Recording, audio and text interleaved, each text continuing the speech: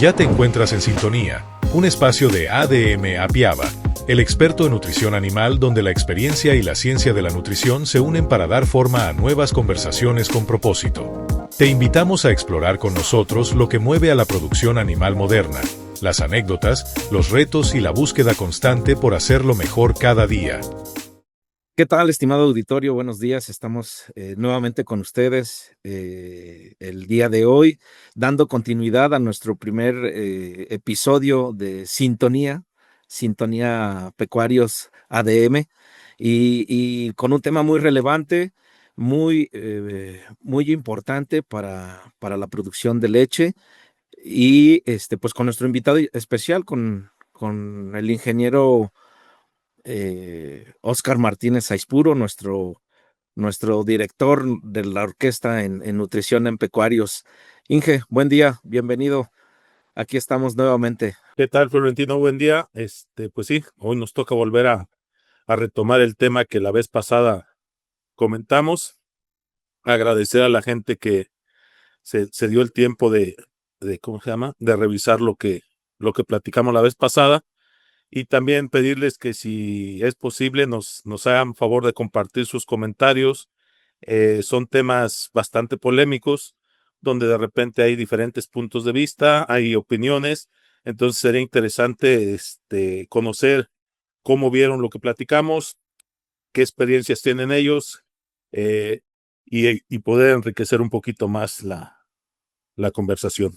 Y pues otra vez, aquí estamos a la orden. Gracias. El nombre ha sido extraordinario dentro de esta parte de la retroalimentación, los ganaderos que se han acercado, los colegas, los médicos, los ingenieros que han estado al tanto de esta información. Hemos recibido pues buenos comentarios y buenas sugerencias, porque también es parte de esto, este tipo de foros es abierto para que vayamos disipando algunas dudas. Como siempre lo he mencionado, nada está escrito, y cada uno de nosotros que estamos en el campo, que estamos en el sector, tenemos diferentes experiencias y diferentes pues herramientas para ir solventando. Entonces, Inge, retomando lo que estuvimos platicando en nuestro primer episodio, podemos ir conceptualizando e ir definiendo ya estas etapas, estas diferencias entre cada una de ellas. Hubo un ganadero que me decía, bueno, antes no entendía yo muy bien el periodo de seco. Ahora me hablan ustedes de otra palabra, transición. Yo lo conozco también como reto. ¿Cómo lo podemos ir segmentando e ir acomodando de tal manera que lo tengamos todos claro? El periodo de transición actualmente abarca, vamos a considerar el parto como nuestro punto central del concepto. El periodo de transición, la primera etapa es 3 semanas antes del parto, que es el periodo de reto, y la otra etapa es 3 semanas después del parto, que es el periodo de fresco. A esas 2 etapas es lo que comúnmente se llama periodo de transición, y es donde decimos que vamos a preparar a la vaca y que vamos a impulsar a la vaca para tener una lactancia eficiente y productiva. Pero si ampliamos un poquito el concepto o el panorama, también tenemos que ver el periodo seco, que creo que ese es el periodo clásico que todos conocemos, que lo considerábamos alrededor de 60 días, 2 meses. El periodo seco ahora se divide en 2 etapas, lo que es el periodo seco y el periodo de reto, que son esas 3 semanas previas al parto. Y y de hecho hay algunos asesores, hay algunas gentes que ya empiezan a hablar de que el último mes de la lactancia también tiene que ver o se tiene que integrar al concepto de vacas en transición. Entonces, eso sería los periodos que estarían comprendiendo la etapa que estamos hablando. El último mes de la gestación, de la lactancia, el periodo seco, periodo de reto, parto y periodo de fresco. Cada una de esas etapas tiene su importancia y todas tienen que estar ligadas y sincronizadas unas con las otras. Pareciera tan simple, porque a veces algunos productores, dependiendo de la escala de producción, lo quieren ver así, ¿no? Platicábamos con anterioridad que muchas veces en este último periodo o en el periodo de seca, cuando entra el periodo de seca, pues dejaban de darle una dieta rica en almidones, ¿no? O un concentrado como tal, y la llevaban a una dieta drástica, un cambio drástico completamente de exclusivamente forrajes. Considerando ahorita las etapas y bien marcados los conceptos que ya ahorita usted nos define, es de mucha importancia, de mucha relevancia considerar los factores y los factores de cambio fisiológico, de cambio digestivo y de todos los procesos que lleva dentro de la producción. Por eso la importancia de la antesala a una nueva lactancia, ¿no? Cómo poderlo sobrellevar, cómo poderlo aterrizar con las herramientas, con los ingredientes que tenemos en cada una de nuestras unidades de producción para así poder obtener los mejores resultados en la siguiente lactancia. Sabemos que el principal cambio es a nivel ruminal, pasa de una microbiota de fibras y cuando viene este periodo de transición que empezamos a otorgar una dieta rica en almidones, rica en otros nutrientes, en energía, en proteína, es ir equilibrando estos dos conceptos de energía y proteína para prepararla a la demanda de nutrientes y que no tengamos problemas patológicos posparto. Entonces, ¿cuál sería la manera, Inge? ¿Cómo lo podemos asimilar a través del pequeño, mediano productor? ¿De qué manera ellos lo deben de ir aterrizando para que no vean este tipo de problemas? Sabemos que se desencadenan problemas metabólicos, problemas fisiológicos y que los más comunes pues son hipocalcemia, cetosis, retenciones placentarias. ¿De qué manera ellos deben de ir ajustando sus dietas en este proceso?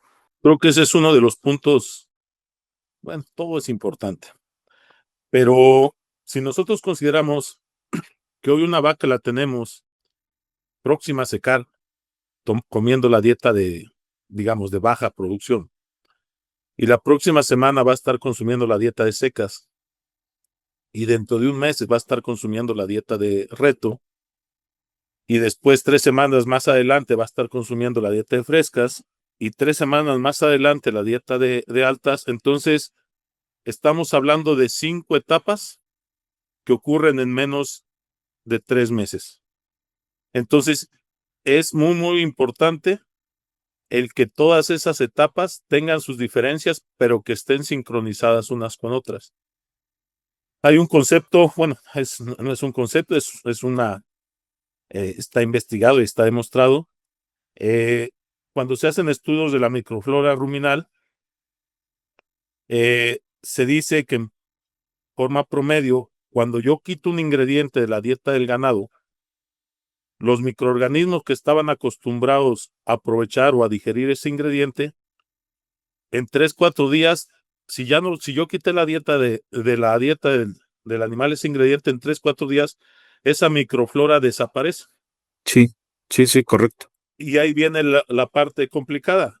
Cuando yo meto un ingrediente nuevo o cuando vuelvo a incorporar un ingrediente a la dieta del ganado, para que se crea la flora microbiana que va a aprovechar de forma óptima ese ingrediente, tarda de 3 a 4, pero semanas. Semanas, correcto. Entonces, es ahí la importancia. De hecho, el concepto se llama sincronización de ingredientes, donde yo tengo que en todas esas dietas, en la dieta de baja producción, seco, reto, fresco y alta producción, los ingredientes que yo vaya a proporcionar a mis animales en la etapa de alta producción deben estar incluidos en las demás etapas. ¿Por qué? Porque yo lo que quiero que no desaparezca la flora microbiana que va a aprovechar esos ingredientes.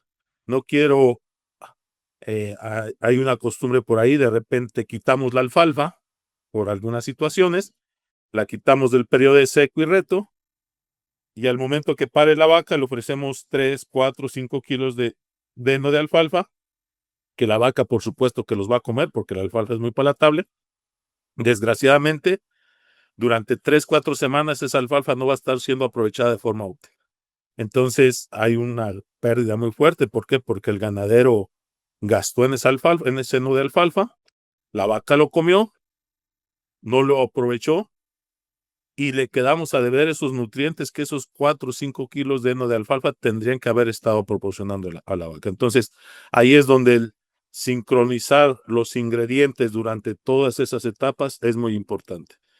Y si de repente es una costumbre lo mencionaste, del productor, oye, pues como la vaca ya no produce, le quitamos el maíz, le quitamos la soya, le metemos algún forraje por ahí que tengamos extra.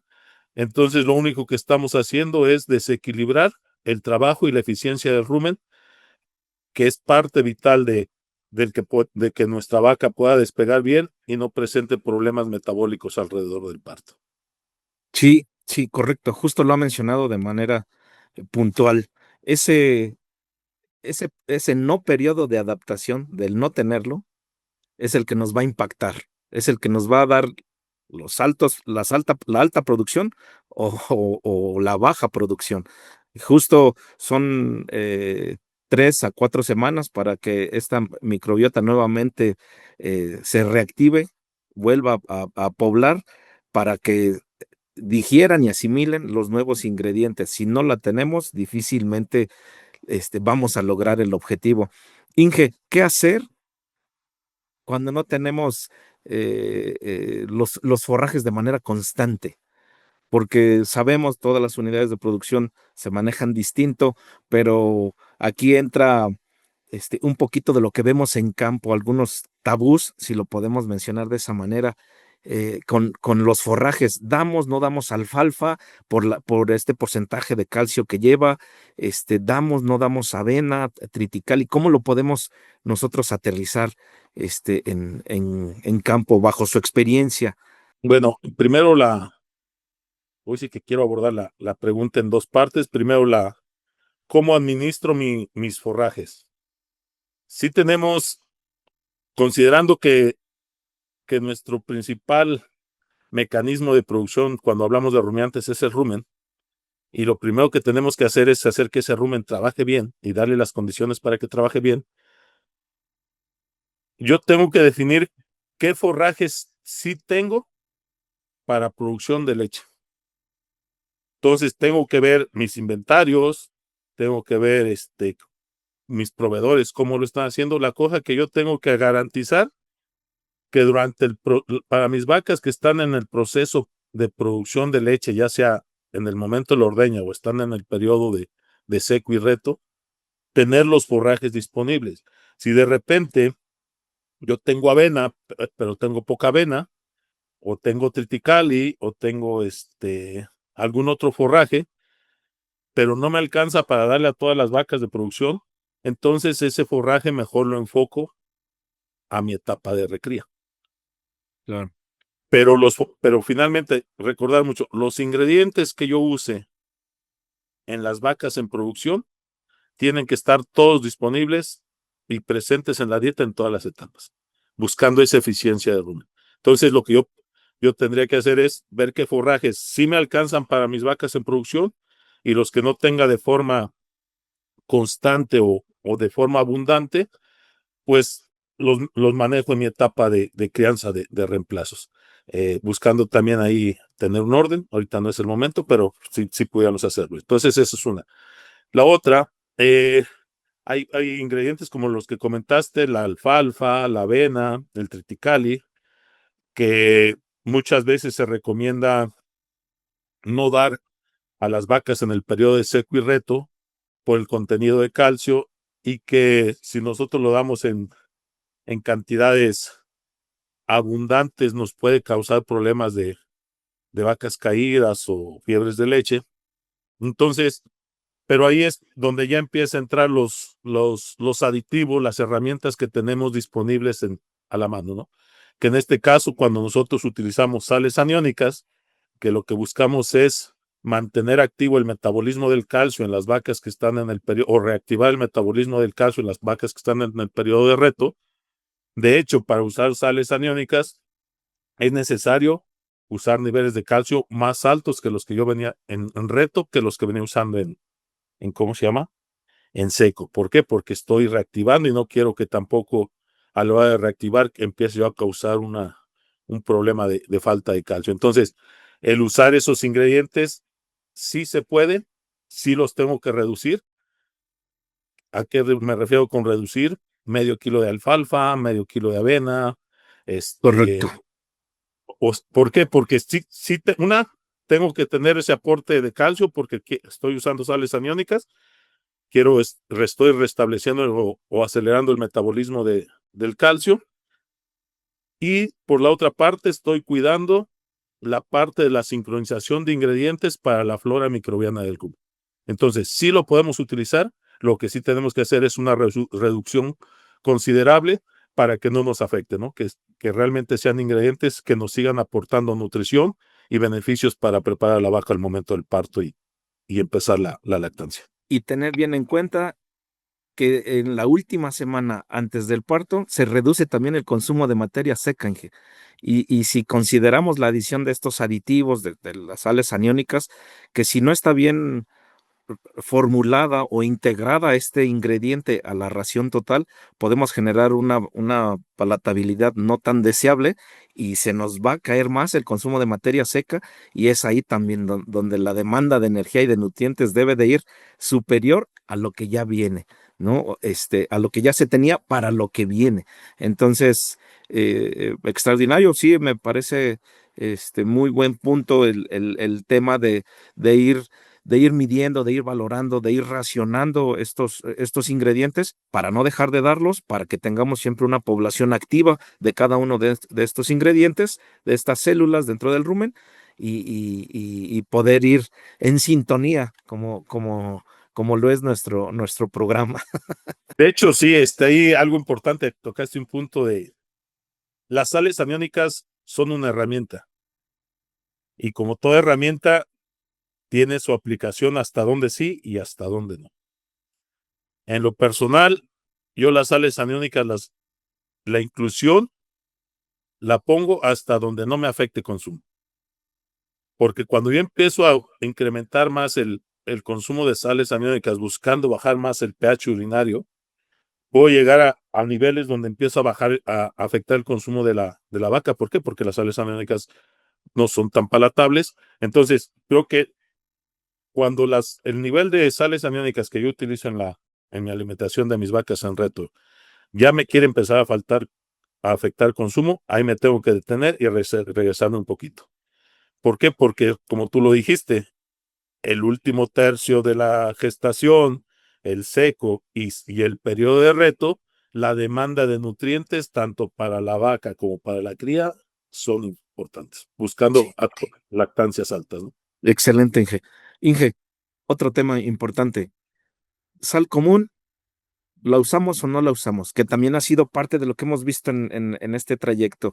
Repito, depende la escala, depende el nivel productivo, pero hay productores que llegan a otorgar sal común, ¿sí o no? No, bueno, hablando de suplementación de minerales o de sales en el ganado, en lo personal yo sí recomiendo suplementar sal, pero sal mineral. La sal común no es mala, pero finalmente acordemos, solamente la sal tiene principalmente dos minerales, sodio y cloro, que son importantes, pero no son los únicos. Entonces, en lo personal, yo sí recomiendo poner un saladero para que el ganado pueda accesar una premezcla de sales minerales a libre acceso y que el animal tiene la capacidad de regular su consumo en base al mineral más limitante. Pero las etapas donde yo no recomiendo poner un sal mineral o sal común de forma Sal común. es ¿cómo se llama? En el periodo de seco y reto. Ahí sí, la dieta que nos proporcione nuestro asesor, nuestro nutriólogo, ya tiene que considerar todo nuestro perfil mineral que vamos a estar ofreciéndole al ganado en esta etapa. ¿Por qué? Porque si yo doy sal común, el productor muchas veces lo ve normal, que no es normal, que la vaca la ubre se le empieza a hinchar, ¿no? Se pone roja, se pone caliente, ¿no? Pues, ¿y pues qué nos está diciendo la vaca? ¿Sabes qué? Estoy teniendo un desbalance mineral Claro. y el balance mineral me está afectando ya las condiciones que tiene actualmente mi ubre y con las cuales voy a despegar al momento de producción de leche, con todos los problemas que eso trae. Correcto. Excelente, Inge. Referente a este tema de la inclusión de sales aniónicas, principalmente, la siguiente, una de las etapas, no la siguiente, una de las etapas donde ha tenido mucha controversia, mucho aporte en la ciencia también, porque es un tema que sigue, desde mi punto de vista, sigue en el aire y eso va a depender de cada experiencia. Sí o no, DECAT para vaquillas, sales aniónicas para vaquillas. ¿Qué opina, Inge? En lo personal, mi punto de vista es, y lo que me ha tocado ver en algunas explotaciones que lo usan, que sí hay un resultado positivo. Y la lógica que yo sigo es, si una vaca multípara, que su metabolismo ya sufrió el proceso de empezar de parir y de empezar una producción láctea, entonces su metabolismo ya tuvo esa experiencia, la tenemos que volver a preparar para la siguiente vez que para hacerlo de forma correcta. En una vaquilla, pues sí, es un animal joven, es un animal con más vitalidad, que su producción no va a ser tan retadora como la de una vaca multípara, pero si nosotros tenemos la posibilidad de ayudarla, eh, creo que va a haber resultados correctos. Y tampoco es tan difícil comprobarlo, ¿no? Creo que el productor pudiera hacer una pequeña prueba en su explotación y decir, bueno, durante un mes a mis vaquillas las voy a trabajar con el concepto aniónico y a otro mes a otras no, y evaluar y comparar qué pasó con un grupo y otro, ¿no? Y que los números y sus animales le digan si es o no correcto y rentable el invertir en utilizar el concepto. Sí, sí, que se evalúe, ¿no? Siempre hacer evaluaciones in situ, siempre hacer autoevaluaciones. Este, aquí cabe el famoso dicho que, pues, el toro que le funciona a mi compadre en el rancho de mi compadre no me va a funcionar acá. Es similar, es prácticamente lo mismo para, pues, para todos los manejos, para todas las áreas que tenemos en las unidades de producción, en lo productivo, en lo reproductivo, en lo nutricional. No siempre lo que le funciona al establo A le va a funcionar de la misma manera al establo B. Siempre tener en cuenta y analizar, autoevaluar los ingredientes, los forrajes, tener los bromatológicos de nuestros forrajes para ir preparando toda esta información y que el nutriólogo o el técnico o el médico encargado que esté dentro de la unidad de producción, pues ofrezca y brinde las mejores propuestas o alternativas que se tengan.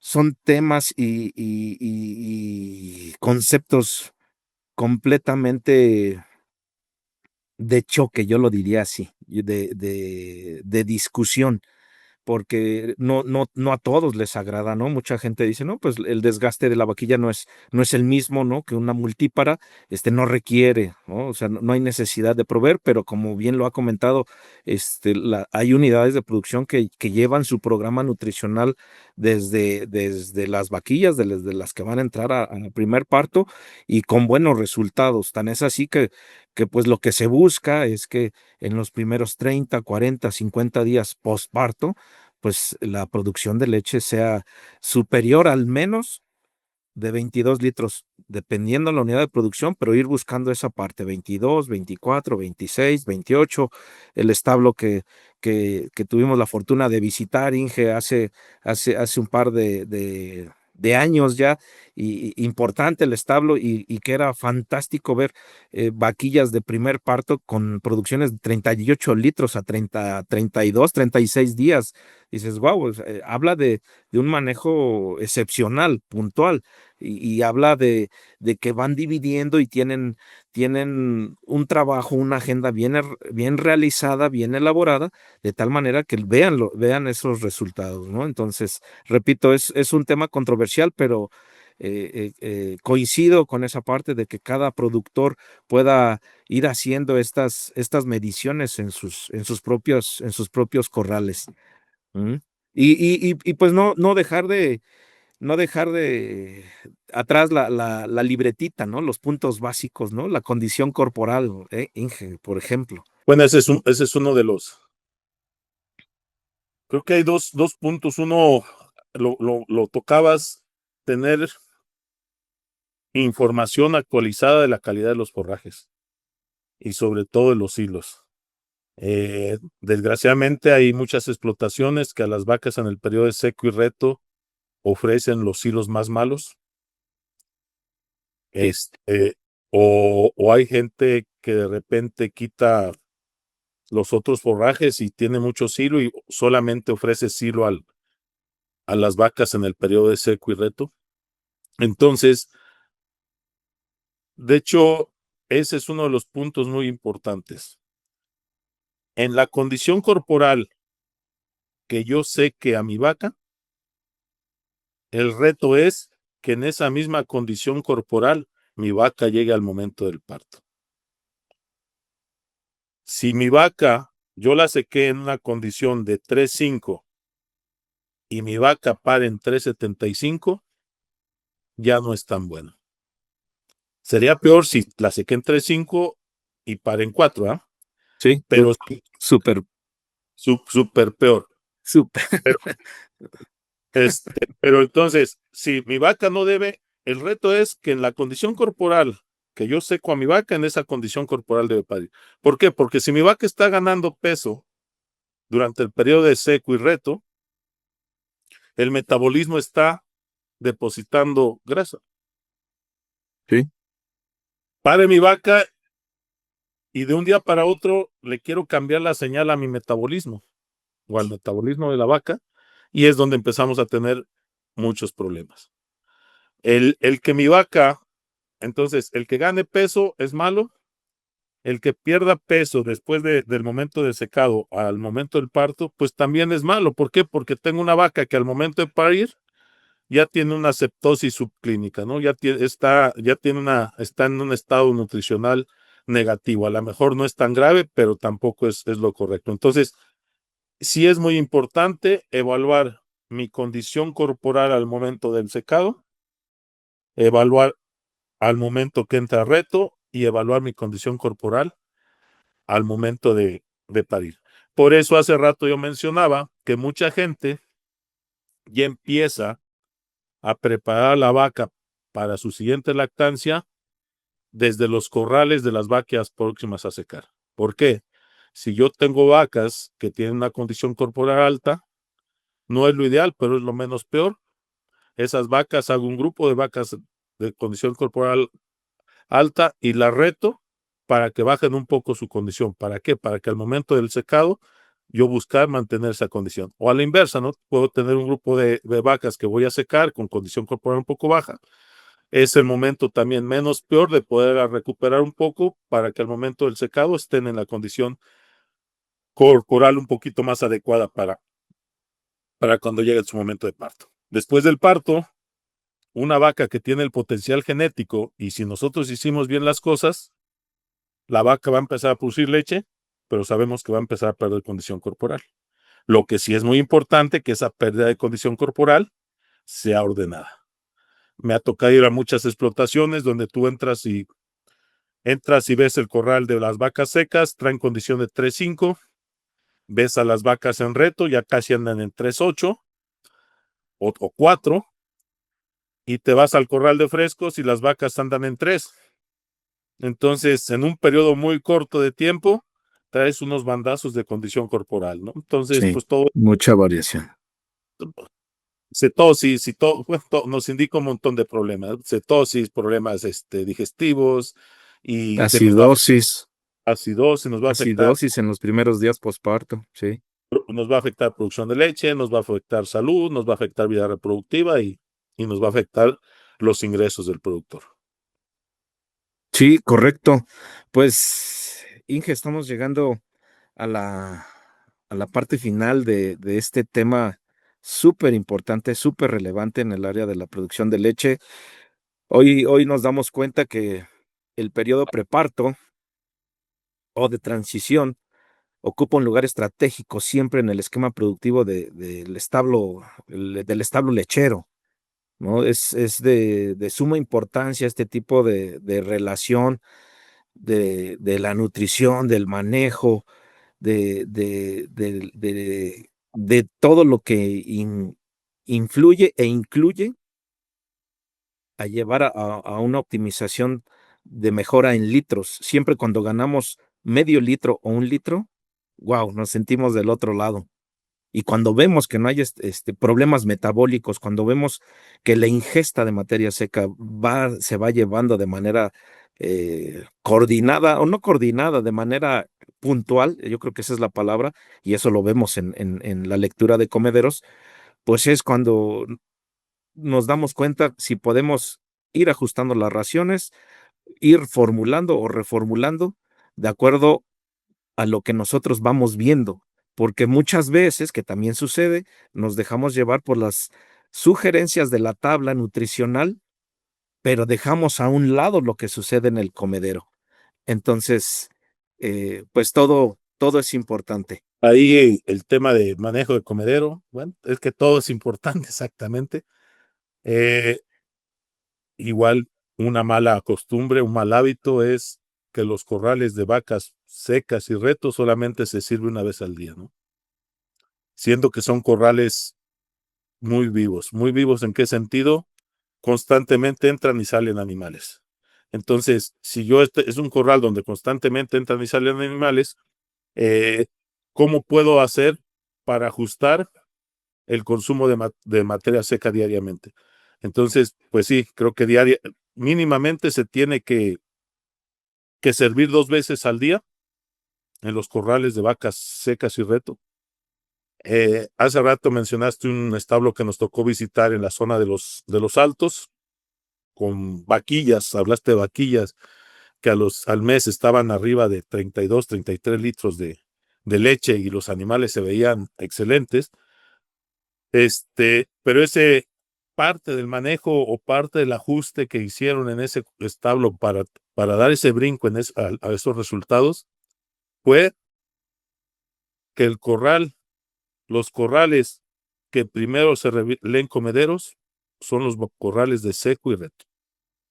E independientemente de la hora del día que sea, si un trabajador, si alguien pasa por el corral y ve que falta alimento, se tienen que tomar medidas para que no haya falta de alimento en esos corrales. Entonces, es la lectura de comedero, el cuidado, todo ese tipo de atenciones, pues son importantes, ¿no? Entonces, y también mencionaste que el periodo de transición o el preparar a la vaca para el parto y las primeras semanas después del parto es importante desde mi punto de vista, aunque sabemos que la vida productiva de una vaca lechera es cíclica. ¿Qué quiere decir? Que lo que hagamos bien o mal en una etapa nos va a influir tanto en el corto tiempo como en el resto de su vida productiva, pero creo que dos etapas que son claves en la actualidad por las condiciones con las cuales tenemos la producción láctea es el manejo de la cría del nacimiento a los 6 meses de edad y el manejo de la vaca en el periodo de transición. Creo que si ponemos énfasis y hacemos muy bien las cosas ahí,